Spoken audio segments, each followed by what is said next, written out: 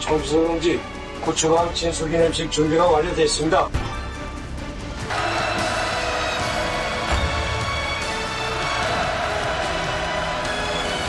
높이 올라섰어.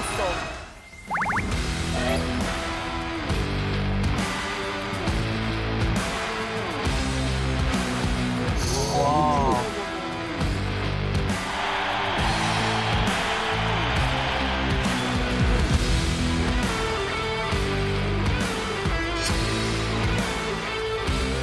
착각 그랬어요. 진짜 컸다. 순간적으로 나오는데 이설준 줄 네, 알았어요. 엄마랑 똑같아.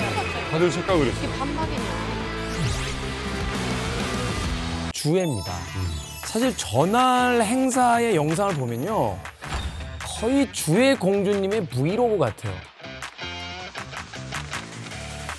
왜냐면 시선이 좌에서 우로 움직이기 때문에. 그것도 서 있어요. 그렇죠. 이 앵글은 이미 아주 연구한 앵글이었어요. 그죠? 미끄럼틀이 이쪽에서 서서 이렇게 떨어지게 하는 거. 물이 어떻게 튀는지도 연습 50번씩 했어요. 연습 50번. 근데 긴장했는지 많이 떴다 떨었어. 아니 이 정도면 진짜 온 가족이 지금 나서가지고 지금 띄워주는 것 같은데 이 북한에서 이 김주혜는 좀 존재감이 좀 어떤지가 좀 궁금한 게 어린이날고 이런 거면 좀 거부감이 있을 수도 있잖아요. 어때요? 아니 거부감은 당연히 있겠죠. 갑자기 꼬마 애를 낳아가지고 얘를 이제부터 추앙하라고 그러고 어느 정신머리 나간 사람이 아 그래 우리 사대 세습의 주인공 이렇게 받들 사람은 없고 일단 그래서 계속 이렇게 이미지를 쌓아오는 것 같은데 문제는 이제 굉장히 많이 확 컸거든요. 북한 사람들은 그런 걸 보고 그러니까 성숙했다 이 말을 북한에선 숙성됐다라고 해요. 몇년 됐어? 나이로 봤을 때는 아직 그 하이 퀄러티는 아닌데 저 정도 그러니까 숙성 연수가. 그러니까 이게 이렇게 보여야 그래도 어른이 보기에 그래도 괜찮네. 점점 많이 크고 있네. 그래서 이제 굉장히 친근하게 다가가려고 그런 전술을 쓰고 있는 것 같습니다. 근데 아직까지는 이 김주혜는 부녀의 위치에서 그렇죠. 같이 다니고 있어요. 최근에 평양에서요. 기차로 무려 20시간이나 가야 하는 곳에 장거리 이동을 감행했다고 합니다. 그만큼 중요한 자리가 아니었을까 하는 생각이 드는데 그 도착지가 굉장히 흥미롭습니다. 북한의 핵심 군 시설 행사에 이 부녀가 다녀왔습니다. 학교 안 가나 봐. 조선인민군 해군 구축함 진수 기념식이 성대히 진행됐습니다. 자, 5,000톤급. 경의하는 김정은 동지께서 타신 전용 열차가 현재 도착했습니다. 주변 정수성 동지 구축함 진수기념식 준비가 완료됐습니다. 그 김주혜 척이도 있어요.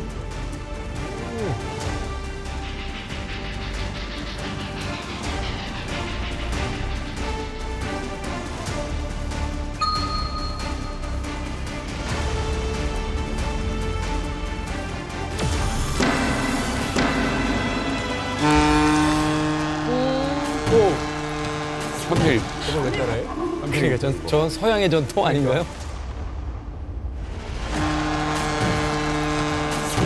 밤의 고동소리와 함께 한명칭 가림막이 벗겨지고 축포탄과 고무 풍선들이 날아올라 하늘가를 아름답게 장식했습니다.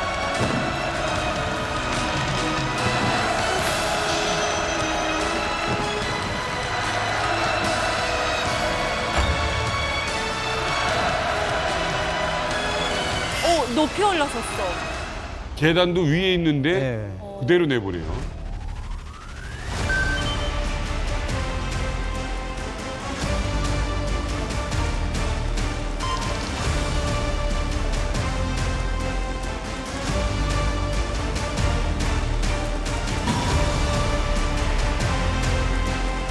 단순한 퍼스트 레이디의 역할은 넘어선 것 같아요.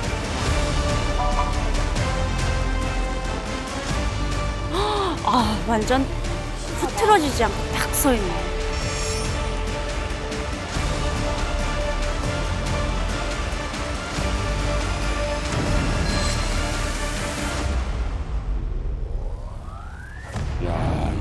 뮤비 찍었는데.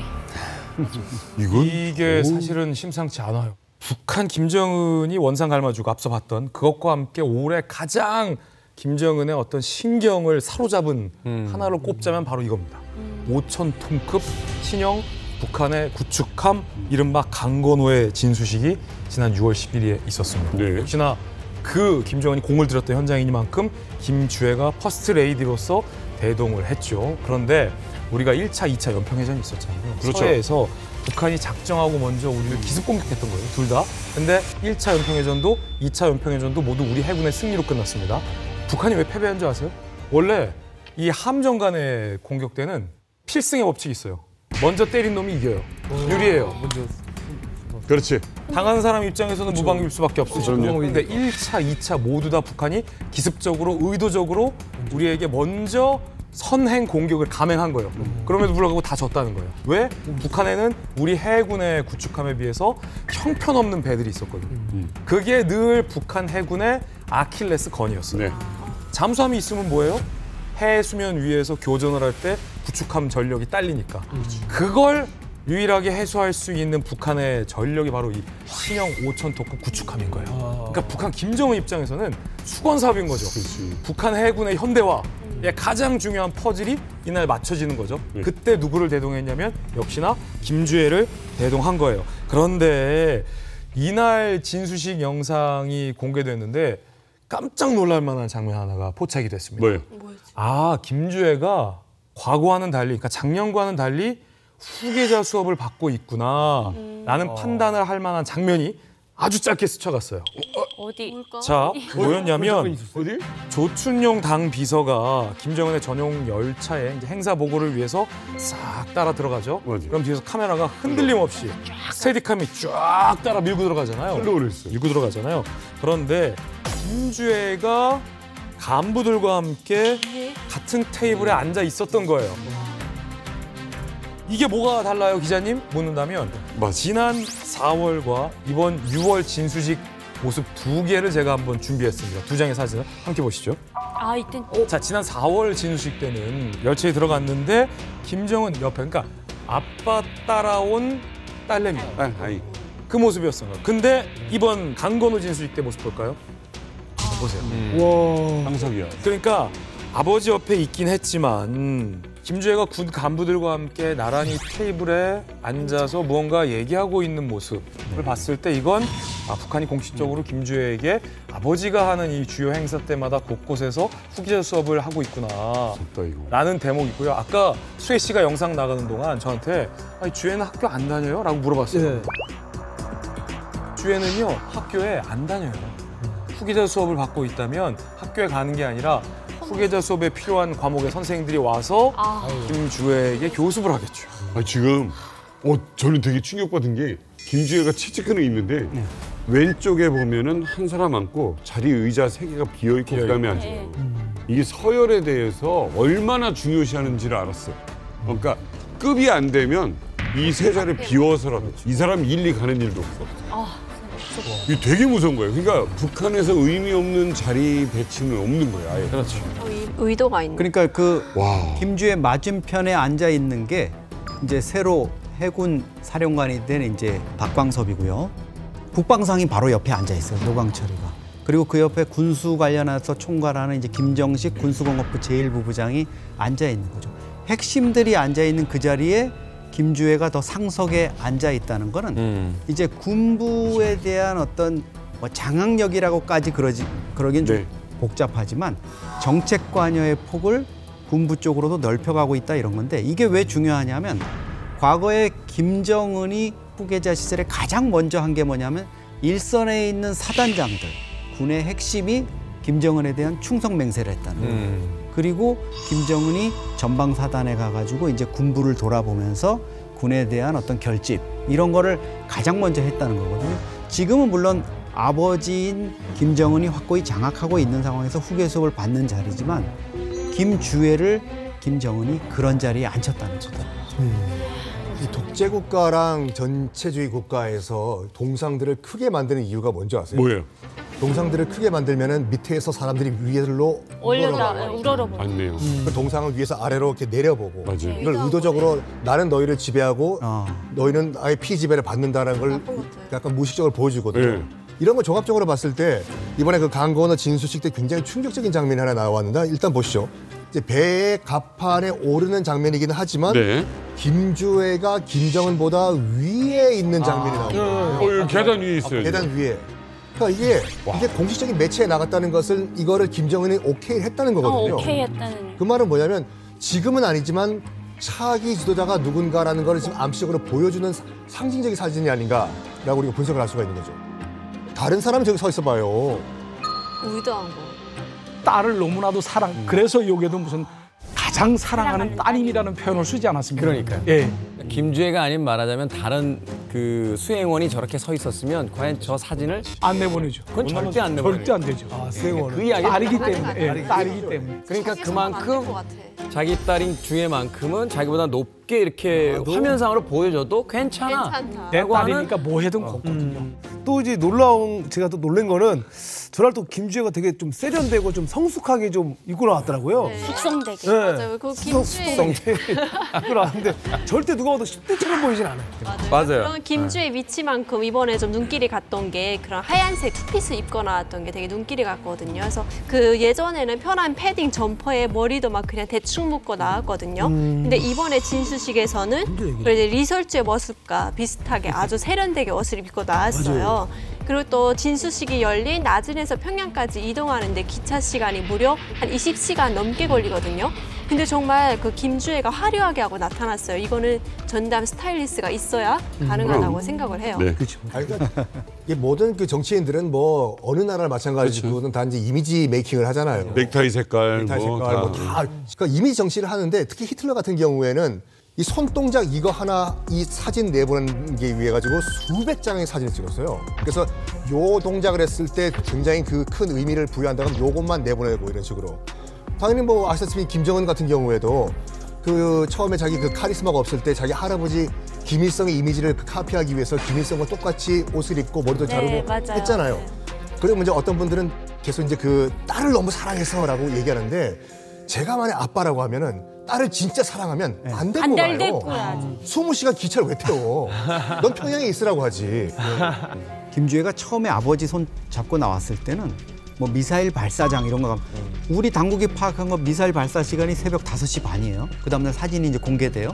보면은 거의 애를 한 새벽 뭐 2, 3시에 안 재우고 끌고 나가가지고 그거 한 것처럼 애가 진짜 눈곱 제대로 안 띄고 나온 이런 모습이었는데 지금은 이제 어마어마하게 이렇게 이미지 메이킹을 하죠. 이게 이미 김주애에 쏠린 국제사회의 시선이나 이런 걸 북한도 이제 의식을 하고 있는 것 같아요. 그러다 보니까 김주애에 대해서 이제 모든 걸 챙기는 마치 아버지 김정은이 지난해 수해 현장에 갔는데 그 고무보트 위에서 담배 피려 그러니까 현송월이가 크리스탈 재떨이 꺼내가지고 딱 펼쳐놓듯이 만찬장에는 매일 이렇게 파란색 무슨 통이 놓이더라고요. 자세히 확대해 보니까 일제 아지노모토 그 깨소금이에요.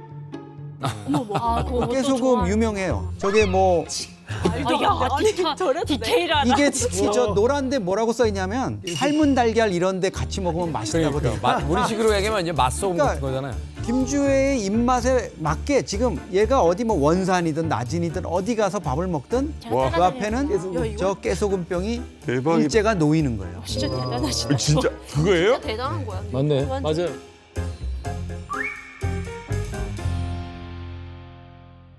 그날 김정은이 김주애 스타일에 아주 많은 신경을 쓴 이유가 있었습니다. 이 얼마 전 김씨 부녀가 전 세계적으로 대망신을 당한 사건이 발생했습니다.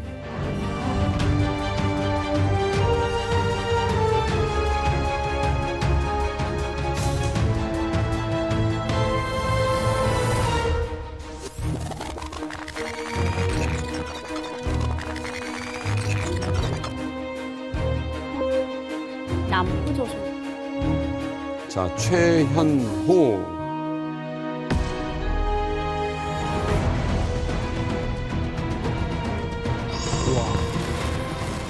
우와.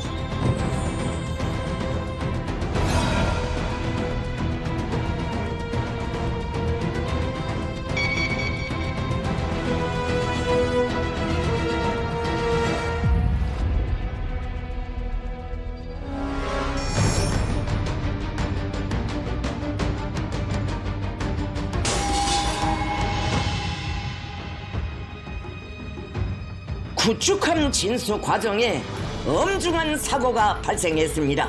진수 과정에 미숙한 지휘와 조작상 보조위로 인하여 함수 부분이 손대서 이탈되지 못하는 엄중한 사고가 발생했습니다.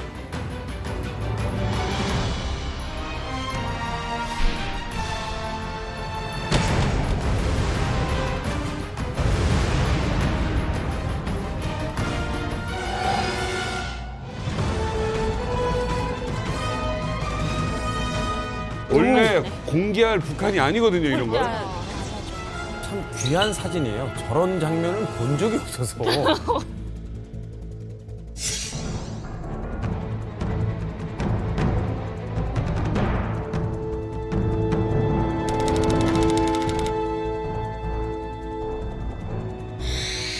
경제적 뭐 어떻게 묻어 있을까? 자, 줄줄이 뭐 구속이 됐다.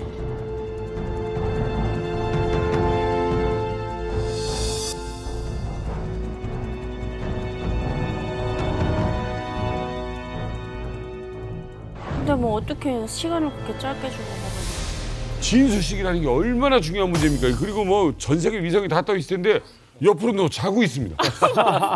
우리나라가 이 조선 강국이잖아요. 근데 그런 우리나라도 우리 군이 굉장히 최첨단 23 같은 걸 새로 진수식할 때는 굉장히 조심스럽고 신중하게 진수식을 합니다. 진수식이라는 게 뭐냐면 여러분 배를 처음에 만들어서 처음에 이 새로 만든 배를 처음으로 물에 띄운다라는 뜻이에요. 진수를 하는 방법이 여러 가지가 있어요. 그래서 보통은 이 배의 앞면이 바다 방향으로 향하게 한 다음에 이 독 같은 거를 만들어서 물을 들어오게 한 다음에 배를 띄워서 자연스럽게 배가 나가는 진수 방법이 있고 가끔 이제 뭐 유럽이나 아니면 이 서구권 국가인데 진수식 같은 거 볼 때 5,000톤급 이런 군함은 사이드로 쫙 균형을 맞춰서 배를 옆으로 밀어 올리는 겁니다. 그러니까 배의 이 옆면이 바다로 쫙 하면서 물이 그거 뭐 있어요? 배가 그 구체도사처럼 이랬냐? 하는 건데요. 이게 우리나라도 이렇게 해요. 거제나 이런 조선소 가보면 진수식할 때 이렇게 하기도 해요. 근데 북한이 이제 아마 이제 김정은에게 잘 보고 싶었던 모양이에요. 5,000톤급 강건호를 잘 만들었어요. 잘 만들었고 최고 지도자도 오고 김주애도 와요. 그러니까 이걸 멋있고 극적인 거 좋아하잖아요. 북한은 뭐든지 극적인 거 좋아해요. 5,000톤급 진수식을 구축함을 진수할 때도 얌전히 물 들어온 다음에 싹 띄워서 진수하면은 이게 다이나믹하지 않으니까 액션? 이걸 하고 싶었던 거예요. 근데 이게 이 과정이 사실은 굉장히 정밀한 수평이 잘 맞아야 되거든요. 왜냐하면 어떤 수평이냐면 그 앞머리와 배 후미가 평행하게 물에 가야 배가 떠요. 공식에 넣어야 되는. 근데 이게 걸린 거예요. 아이고야. 구멍이 크게 터진 거예요. 아이고. 그래서 배가 뜨지도 못하고 벌러덩하고 눕게 돼버린 거죠. 근데 북한이 왜 이례적으로 공개했느냐?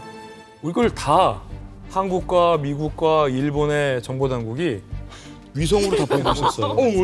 어떻게? 우리 정보당국뿐 아니라 상업용 위성들 있잖아요. 지구에 엄청나게 많이 돌아다니는 민간 상업용 위성이 보다가 다 본 거야. 어우, 저 배 넘어졌다, 야. 북한 입장에서는 이거를 은폐하거나 숨길 수가 없는 거예요. 그래서 숨기지 못할 거면 차라리 우리가 먼저 재빠르게 투명하게 대응을 하고 김정은의 경로와 함께 관련자들, 이 청진조선소 관련자들까지 줄줄이 이제 구속을 시켰어요. 이 아까 봤던 이 샴페인 탕 터트리고 마치 처음 진수식을 한 것처럼 온 건 사실은 리바리얼이었던 거죠.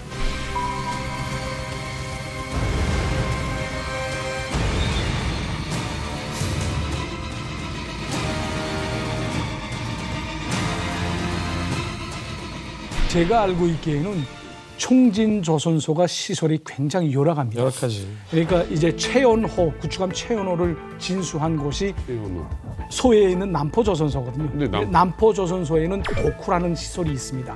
아까 김진 기자님 얘기하신 것처럼. 근데 시설이 열악하다 보니까 총진조선소에는 도쿠 설비가 없습니다. 그래서 할 수 없이 기술적으로 아주 높은 그 노하우를 요구하는 이런 방식으로 이제 했단 말이죠. 근데 이제 총진조선소라는 게 뭐냐면 고난의 행군 시기 이후부터 이제 구축함 같은 큰 5,000톤급 이상의 군함을 만들어 본 역사가 없습니다. 고난의 행군 시기 이후부터 열애가기 때문에. 그래서 뭐 오선이라든가 이제 소형 배들을 만들었던 그런 것인데 이제 구축함을 만들게 된 거죠. 그러다 보니까 기술적으로 열애간 상태에서 이걸 만든다니까 사고가 날 수밖에 없었거든요. 그러니까 이게 청진서전소에서 구축함을 만들었다는 그 자체가 굉장히 기적과 같은 일입니다. 그 진수 과정의 기술적인 오류도 있었지만 더 큰 문제는 구축함 제작을 너무 서둘렀던 것 같아요. 우리와 같은 기술을 갖고도 보통 한 척의 구축함을 구축하는데 대개 한 3년 정도 걸리거든요. 그런데 북한에서는 2년 만에 했다라고 하는 거예요. 믿어지기 힘든 거죠. 제가 볼 때는 이것도 진수 상당한 기술이 필요한 거잖아요. 딱 수평 맞춰가지고 해야 되는데 그러려면 오랜 준비를 해야 되는데 제가 볼 때는 날짜를 준 것 같아요. 언제까지 해라. 군대 있을 때 사단장 행사에 이거 해라. 일하다 보면 사고 나잖아. 그것도 일단은 맞춰야 되는 거잖아. 5월에 그러다 보니까 했는데 운이 좋으면 되는데 그렇지. 운이 나빠가지고 안 된 거죠, 사실은. 운이 안 좋은 거. 그랬을 가능성이 커요. 저도 아버지한테 비슷한 얘기를 들었습니다. 이제 저희 아버지가 그 주추사상탑이나 5월 1일 경기장이 그거를 이제 건설하지 않았어요. 예, 근데 보면은 이게 뭐 불가능한 날짜를 줍니다. 네. 뭐 50일. 예, 그 큰 돌을 70개를 쌓아 올리는데 50일 뭐 이렇게 날짜를 준단 말입니다.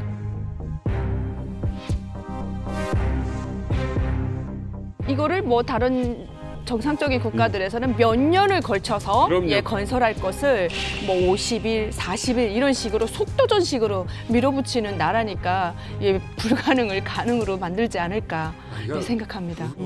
자, 그동안 뭐 김정은이 말도 안 되는 지시한 거 많았습니다. 뭐 매기 농장, 자라 농장 뭐 할 것이 많이 다녔는데 이번에는 진짜 급 대노해서 너무너무 격노하며 6월 당 중앙위 전원회의에서 하나의 지시를 내립니다. 3주 안에 쓰러진 이 구축함을 복원해라. 어머, 어떻게 거짓냐.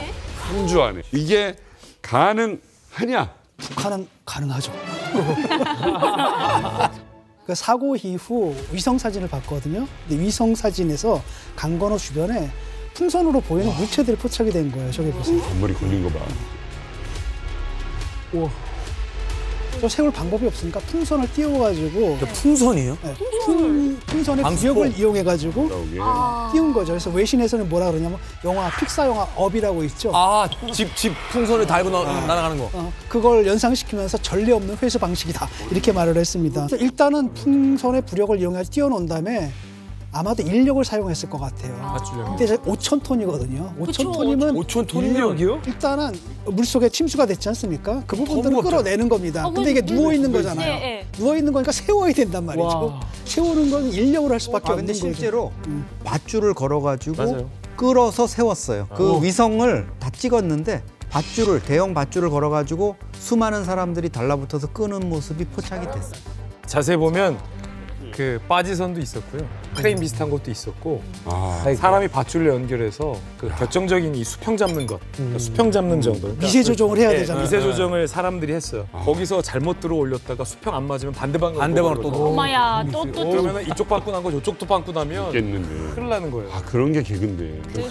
결국은 이제 세웠는데 그거 자체가 정상적인 방법으로 이루어질 수가 없죠. 원래 제대로 하려면 이제 대형 크레인을 이용해서 안정적으로 이렇게 해야 되는데 이렇게 끌고 뭐 덜그럭거리면 그게 말씀드렸지만 걸쳐서 이렇게 누웠는데 그게 흔들리면서 그게 온전할 리가 없겠죠.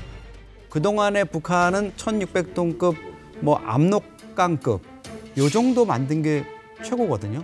그러다 보니까 이게 1,600톤 만들던 게 5,000톤급을 만들라 그러니까 감당이 안 된 거죠. 당연히 뭐 사고는 불을 보듯 뻔하고 과거에 2차 대전 때 이때만 해도 해군함이 이렇게 뭐 좌초되거나 이러면 건져가지고 기계식이니까 물로 좀 씻어내고 그래서 재건하는 게 가능했는데 이제는 모든 게 전자식이고 그 안에 뭐 사격 통제 장치니 레이더니 이런 게 있는데 이게 바다에 빠진 거예요. 지금 저거 건져서 띄워는 놨지만 저거 우리 기준으로 보면 정상적으로 운항하기가 어렵습니다. 이게 근데 청진에서 또 나진으로 운반됐지 않습니까? 근데 그 과정에서 자기 동력으로 운반한 게 아니라 바지선으로 끌고 갔거든요. 그러니까 사실상 이게 엔진도 작동 안 되는 상태였다는 걸 알 수가 있는 거죠. 그래서 이번에 복구가 돼서 진수식을 다시 했잖아요. 그 영상을 보면 물에 떠 있어요. 떠 있고 그 안에 이제 김정은도 타고 이제 김주애도 타고 샴페인도 깨고 현판도 공개하는데 그 내부 시설이 공개가 안 됐고 이 강건호가 운행하는 모습이 공개가 안 됐어요.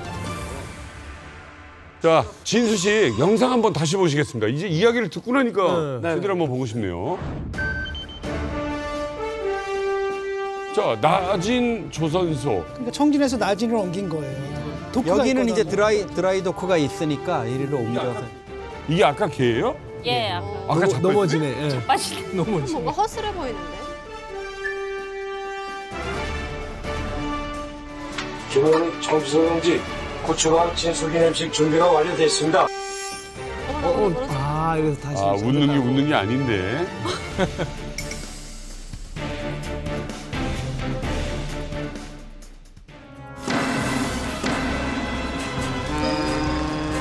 샴페인.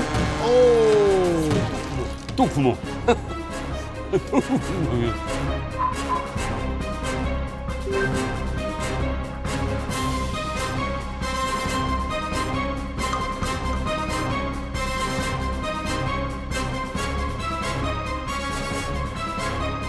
아직까지도 이 강건호가 실제 운행하는 모습을 북한이 공개하지 않았습니다. 그래서 완벽히 복구는 안 된 걸로 저희들은 보고 있습니다.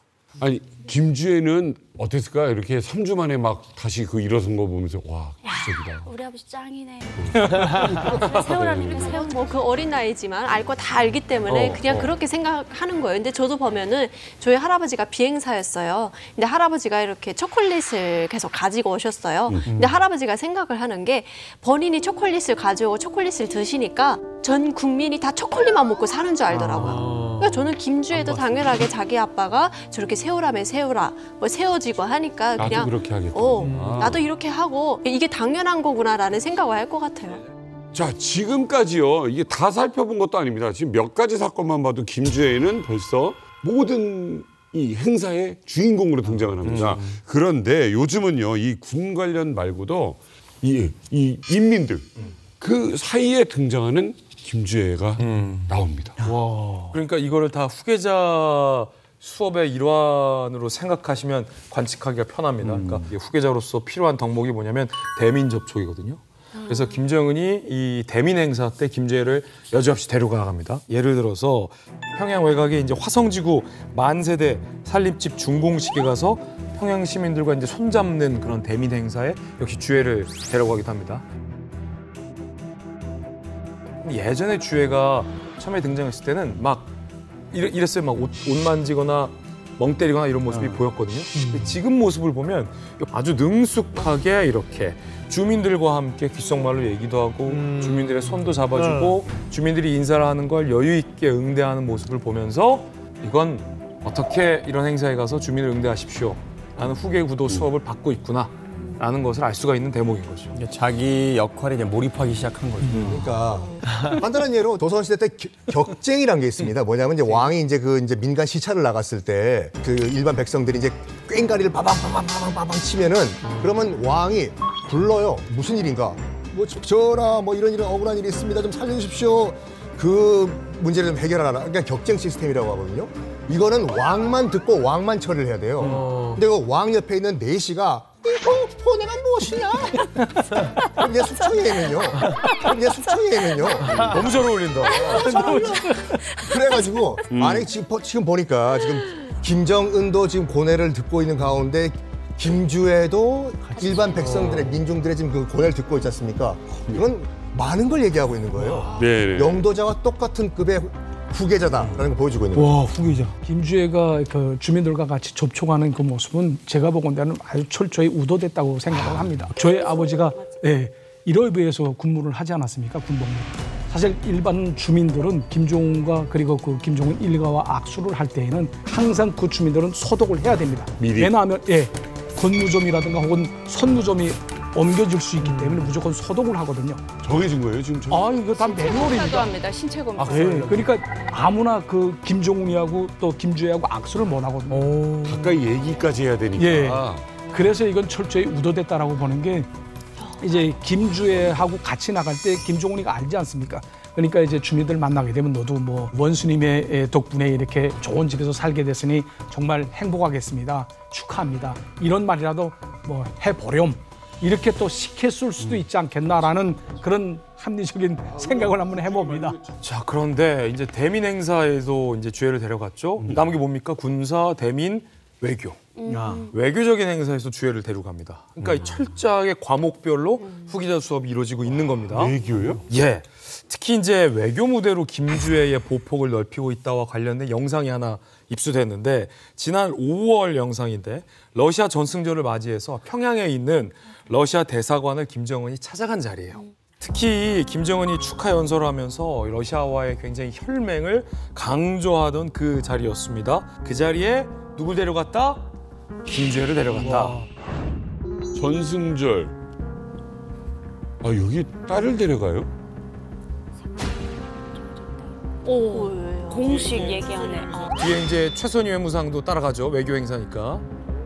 보면은 주애가 지금 러시아 대사랑 간단하게 커뮤니케이션을 해요. 인맥 만들어 주기잖아요. 후계자 수업이죠.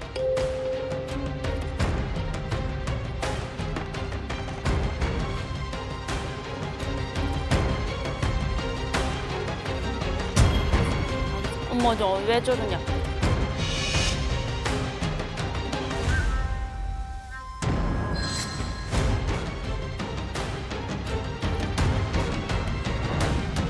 손은 꼭 잡고 다니네.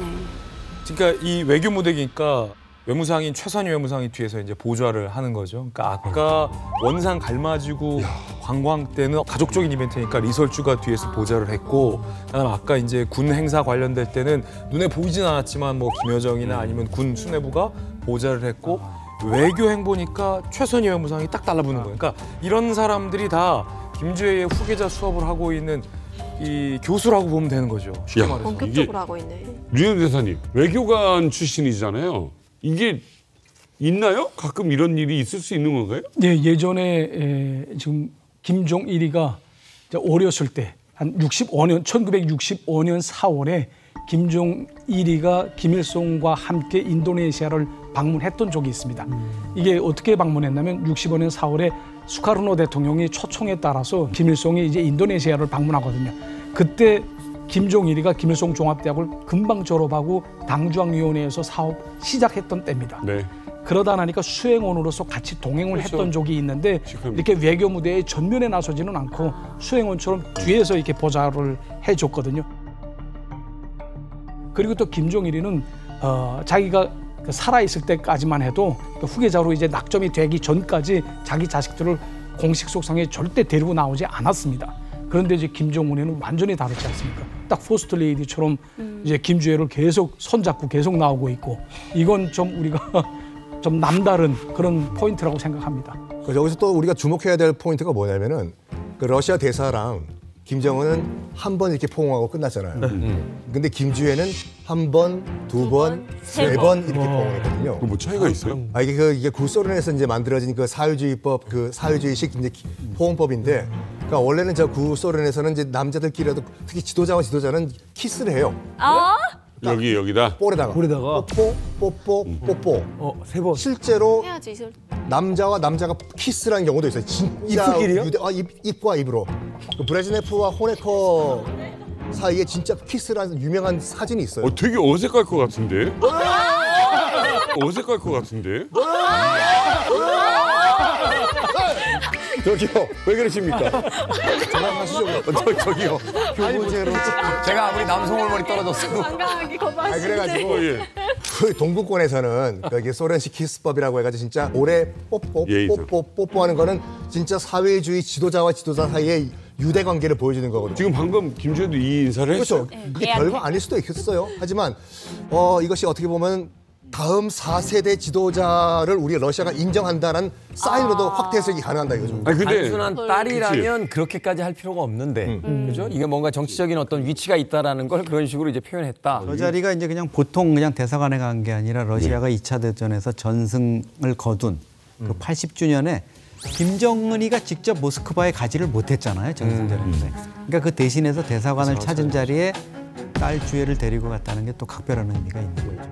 게다가 북한 매체에서 이날 김주애를 호칭을 가장 사랑하는 따님 이렇게 지칭하면서 예전보다 호칭의 수위를 더 높였습니다. 네. 기존 2022년 화성 17형 발사 때 김주애를 데리고 왔는데 그때는 사랑하는 자제분 호칭을 썼고 이후에는 존경하는 자제분, 조선의 샛별 여장군으로도 표출했더니 최근에는 가장 사랑하는 따님이라고 강조했습니다. 구체적인 성별을 언급하면서 이제 선택된 인물이라는 그런 인상을 갖도록 한 것 같습니다. 그러네요. 그러니까 저는 샛별이라는 건 사실 정말 그 아무한테나 쓰는 허칭이 아니거든요. 그치. 예전에 김일성이한테 한별이라고 불렀어요. 근데 지금 김주애한테 샛별이라고 부르는 거는 북한에서는 어마어마한 그런 대단한 허칭이에요. 아, 그래요? 네.